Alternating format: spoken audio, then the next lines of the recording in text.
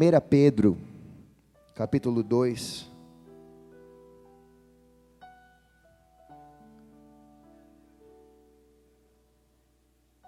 versículo 18. Se você achou, fique com a sua Bíblia aberta, e se possível coloque o dedo também no livro de Daniel. Vamos ler alguns textos aqui, aleluia.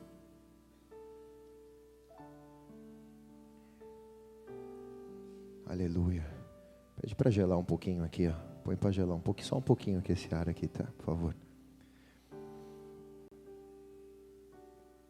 Enquanto você acha, deixa eu só rever algumas coisas. Nós temos aprendido uma grande lição aqui nos últimos cultos que aqui estivemos. Eu quero fazer uma retrospectiva desses cultos, de maneira que se você já ouviu alguma das coisas que foram ditas aqui, siga como se fosse a primeira vez que você estivesse ouvindo, amém? Mas no domingo passado, se eu não me engano, nós aprendemos uma grande lição para esse tempo de caverna, que é a cultura da honra. Quem aqui estava? Cultura da honra significa honrar as pessoas, porque quando honramos as pessoas, recebemos recompensa para isso. Honrar as pessoas que estão no mesmo nível que nós, que têm a mesma posição que nós, que têm a mesma autoridade que nós. Honrar as pessoas que estão abaixo da nossa autoridade e honrar as pessoas que estão acima de nossa autoridade. Vimos que quando honramos essas pessoas, nós recebemos níveis de recompensa. Pelo nível de honra que honramos, recebemos um nível de recompensa. Quando sabemos honrar essas pessoas, a Bíblia nos ensina que recebemos recompensa completa. Quer dizer que quando eu honro uma pessoa, eu estou honrando a Deus acima de todas as coisas, e Deus me recompensa plenamente, completamente, pelo meu nível de honra. Se o meu nível de honra é um nível de honra parcial a uma pessoa, a despeito se essa pessoa está acima de mim, no meu nível de autoridade ou abaixo de mim, mas se eu honro parcialmente essa pessoa, o meu nível de recompensa é parcial. E se eu sou uma pessoa que não vivo debaixo de uma cultura de honra, eu sou um cristão, posso até ser salvo, posso até morar com Jesus na glória, posso até participar do arrebatamento da igreja, mas um dia vou descobrir que não vivi nenhuma das recompensas que Deus tinha para mim. Deus nos levou a nos examinarmos acerca disso, porque se temos que honrar as pessoas para honrar a Deus, que acima de todas as coisas constitui as pessoas como autoridade, ou abaixo de nós, ou do nosso nível, ou acima de nós, a pergunta que eu faço essa noite ao meu espírito, desde ontem à noite até hoje: como é honrar uma autoridade severa? Quando uma autoridade que está sobre mim é uma boa autoridade, é uma pessoa boa, é um bom líder, é um bom governante, é um bom presidente, como é prazeroso honrar uma pessoa que você sabe que é boa e que exerce autoridade sobre a sua vida. Mas e quando essa pessoa se torna uma pessoa severa? Eu vou esperar que todos se assentem para que eu possa continuar. Enquanto eu não ver o fim da movimentação, eu espero um pouco, não tenho pressa, aleluia. Obrigado pela atenção. Quando fico pensando nas eleições, fico me perguntando: Deus, e se quem tiver que assumir o posto de governante principal da nação brasileira for uma pessoa, uma mulher, um homem severo contra a lei do Senhor, contra a tua palavra, severo para com a igreja, mal contra o povo de Deus na terra, como deve ser isso? Devemos nos submeter a uma autoridade corrompida? Ou então, por que Deus colocaria pessoas cruéis em lugares de autoridade?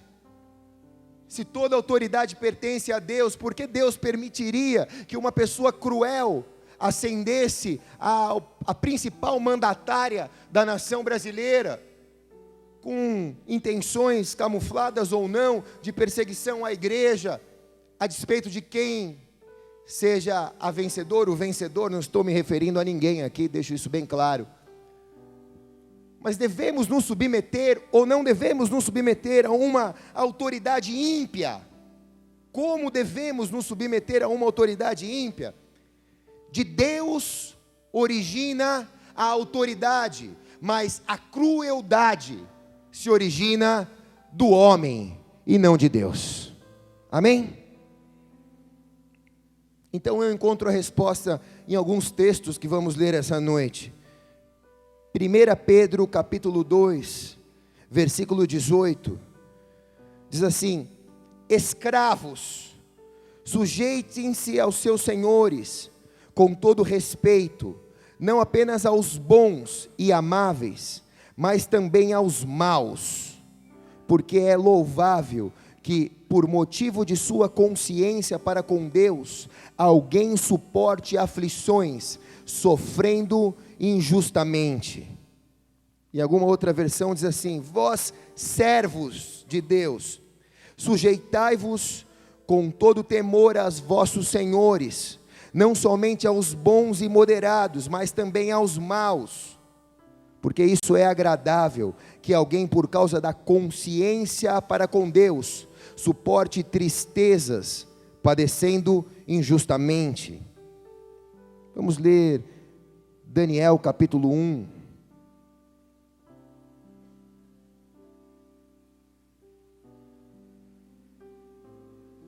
Versículo 8.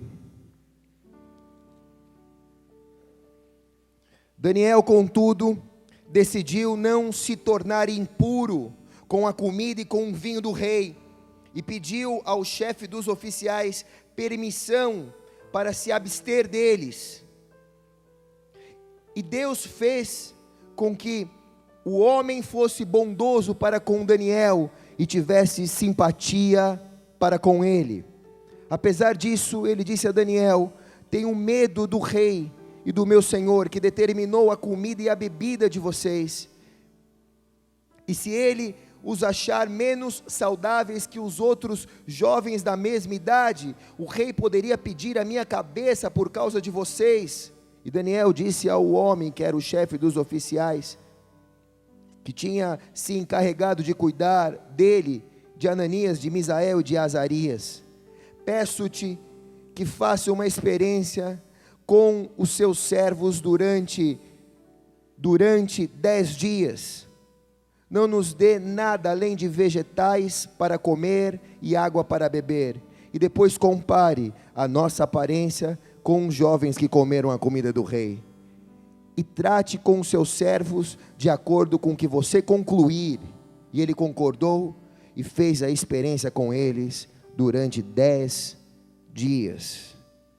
Vamos ler mais um texto, Daniel 3.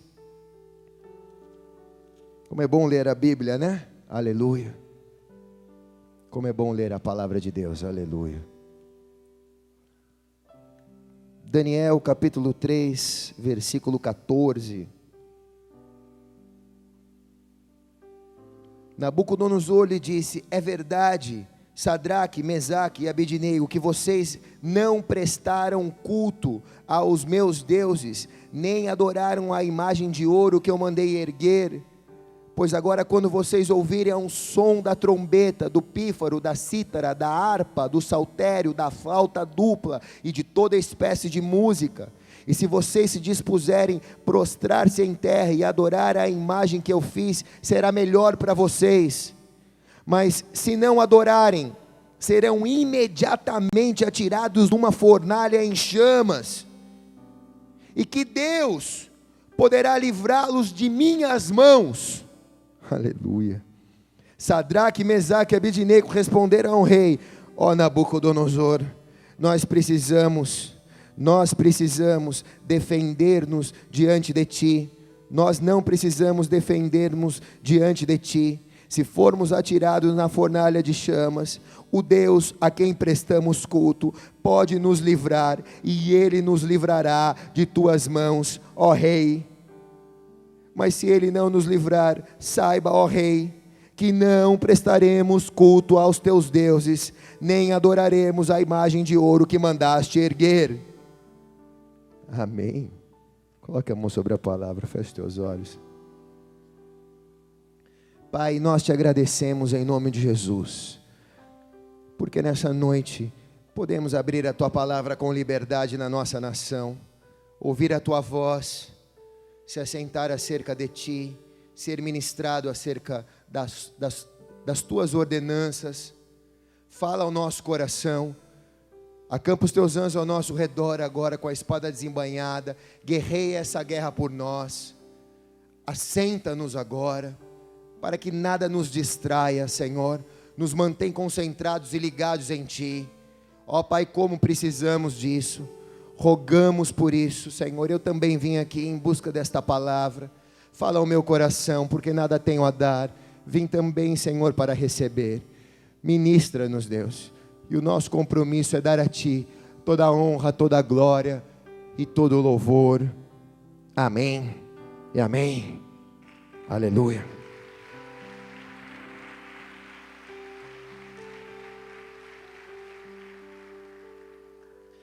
Amados, para falar desses 4 jovens, Daniel, Sadraque, Mesague e Abidnego, esses 4 amigos, esses 4 jovens de 14 a 16 anos, nós temos que contextualizar a época que eles viviam e temos que entender o que estava por trás de alguns desses textos que lemos. Mas em curto e modo grosso, quando olhamos para esse Daniel 3, esse texto de Daniel 3, a pergunta que não cala é: como eles conseguiram honrar um líder severo como Nabucodonosor? Como eles tiveram a manha de se submeter debaixo de uma liderança como Nabucodonosor, um rei severo, um rei mau, um rei que fazia o que era mal aos olhos do Senhor? Quando eu olho para esses jovens, qual é a lição que esses jovens nos ensinam? Eles nos ensinam que temos que nos submeter incondicionalmente a toda autoridade. É incondicional se submeter às autoridades. Mas eles também nos ensinam que não devemos obedecer de maneira incondicional às autoridades. Uma coisa é se submeter debaixo de uma autoridade, e outra coisa totalmente distinta é obedecer uma autoridade que ensina ou que prega o que é mal aos olhos do Senhor. Quem está aqui diz amém. A primeira lição que esses jovens nos ensinam, eu acho que é isso.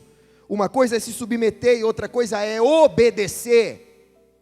Eles estavam submissos sim a Nabucodonosor, mas não obedeceram a ordem de se prostrar diante de uma imagem de escultura, porque eles eram servos de Deus, e só a Deus eles se prontificaram a adorar. Aleluia. Agora, de onde saíram esses 4 jovens? Quem ensinou isso a eles? Que escola eles se graduaram? O que eles tinham? Qual era a grande característica desses jovens? Falava ontem à noite com alguns obreiros que aqui estavam. Esses jovens têm dentro de si uma característica chamada autoobrigação. Diga autoobrigação. Diga mais alto, diga autoobrigação. Autoobrigação é que ninguém os obrigava a fazer algo. Eles se auto-obrigavam a fazer algo. Eles se auto-obrigavam a obedecer a Deus. Ninguém obrigava eles a obedecer a Deus. Eles tinham uma característica dentro deles que era o autogoverno. Eles se auto-obrigavam. Não tinha ninguém vendo. Que problema tinha se prostrar diante de uma imagem? Era melhor fazer aquilo do que entrar dentro de uma fornalha. Mas eles se auto-obrigaram a obedecer a Deus, mesmo que isso colocasse em risco as suas próprias vidas. Agora, onde eles aprenderam isso? Qual é a escola que eles se graduaram? De onde saíram esses jovens auto-obrigados a obedecerem a Deus? Porque nos dias de hoje, a igreja evangélica trata de criar métodos e normas para que as pessoas obedeçam às pessoas mesmo, os líderes. obedeçam à igreja, obedeçam à doutrina da igreja. Então as igrejas tratam de começar a manipular e controlar as pessoas e exercer domínio sobre as pessoas. Então uma pessoa cuida de 12 ou cuida de 15 e você é obrigado a se submeter debaixo daquilo, e é esse que é o controle. E é essa que é a obrigação. Não, eu não posso pecar porque eu tenho tantas pessoas que eu tenho que responder. E a pessoa deixa de pecar, mas pelo motivo errado. Não desenvolve dentro de si a característica da auto-obrigação. Aqueles jovens podiam se prostrar diante da imagem de ouro que Nabucodonosor havia feito, que não ia pegar nada, porque ninguém estava vendo, só tinha os 4 que era crente na nação inteira. Mas eles se auto-obrigaram a não se prostrar diante daquela imagem. E meu irmão, de onde saiu esses caras?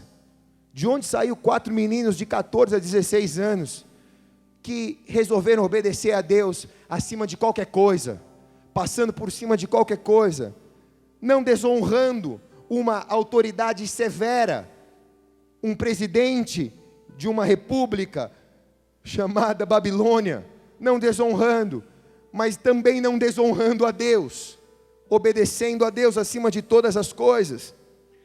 Esses jovens saíram 2.700 anos atrás. Não precisa ler, mas você pode ter marcado na sua Bíblia para que você leia na tua casa. Eles saíram de 2 Crônicas, capítulo 34. Mas 2 Crônicas 34 não fala de Daniel, de Sadraque, Mesaque, Abednego. Fala de quê? Fala de um rei chamado Josias. Josias foi um rei escolhido por Deus com 8 anos de idade. Diga 8 anos. Quem sabe que 8 anos não é 30 anos aqui? Levante a mão. Quem não sabe, fique sabendo, né? Alguns ainda não sabem que 8 é diferente de 30. Ele foi constituído com 8 anos de idade, cara. Pensa só. Ele foi presidente com 8 anos de idade. Quem votaria num menino de 8 anos de idade? Deus botou ele lá porque ele tinha características na vida dele que nenhuma pessoa de 30, de 50, de 60, de 70, de 80 anos, de 90 anos não tinham. Com 8 anos de idade, aquele menino conseguiu ser tudo aquilo que um dia a gente sonha ser. Tudo aquilo que você um dia espera ser, com 8 anos de idade, aquele menino já conseguiu ser. Aleluia. Tudo aquilo que você marca como objetivo da sua vida, aquele menino com 8 anos de idade já alcançou.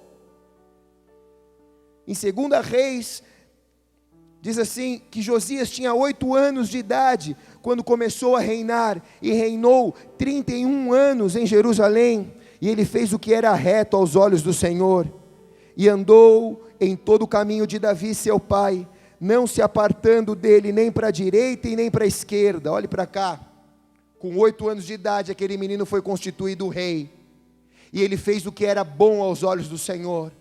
Quisera nós, que Deus nos ouça, que o Senhor ligue na terra e ligue no céu, que o nosso novo presidente, a nossa nova presidente, não sei como será o resultado, seja uma pessoa que faça o que é reto aos olhos do Senhor. Quem está aqui diz amém. Mas há uma característica, ele fez o que era reto aos olhos do Senhor, e diz a palavra que ele não se desviou, ou ele elegeu, escolheu o caminho do seu pai Davi. Só que para quem não conhece muito o estudo da Bíblia, Davi viveu 365 anos antes de Josias. E como Josias trata Davi como pai, Josias tinha um pai físico, tinha um pai biológico, mas Josias está dizendo, eu escolhi o caminho do meu pai Davi. Não era o pai biológico dele, mas era o referencial de líder, de governante, de soldado, de político. Ou seja, esse assunto de que você é assim, porque o seu pai é assim, isso é mentira, porque você pode eleger quais são os seus referenciais paternos. Amém? Ah, mas sabe, meu pai foi assim, com a minha mãe, eu também vou ser. Isso é mentira. Porque talvez o seu pai biológico não tenha sido bom referencial, mas você pode eleger uma pessoa que seja um bom referencial de Deus, e você pode dizer: no meu casamento eu quero esse referencial, e não aquele que eu vi a minha vida inteira. Quem está aqui diz amém. Josias fez isso, ele olhou para o seu pai biológico e disse: cara, foi um bom pai, mas ele não é um referencial como governante para mim. Eu vou eleger o caminho de meu pai Davi, eu vou escolher a minha paternidade, eu vou escolher a minha referência. Isso se trata de olhar para um campo minado, onde há muitas minas enterradas. Vamos fazer um exercício, se coloque de pé aí em nome de Jesus. Aleluia. Então suponhamos aí, calma, viu? Tenha calma nessa hora, aleluia. Suponhamos aí que se você pesar no pé do irmão que está ao teu lado, pede perdão e fala que é de Deus, tá bom? Tudo bem? Suponhamos que há uma mina na sua frente, então dê um passo 5 centímetros para o lado.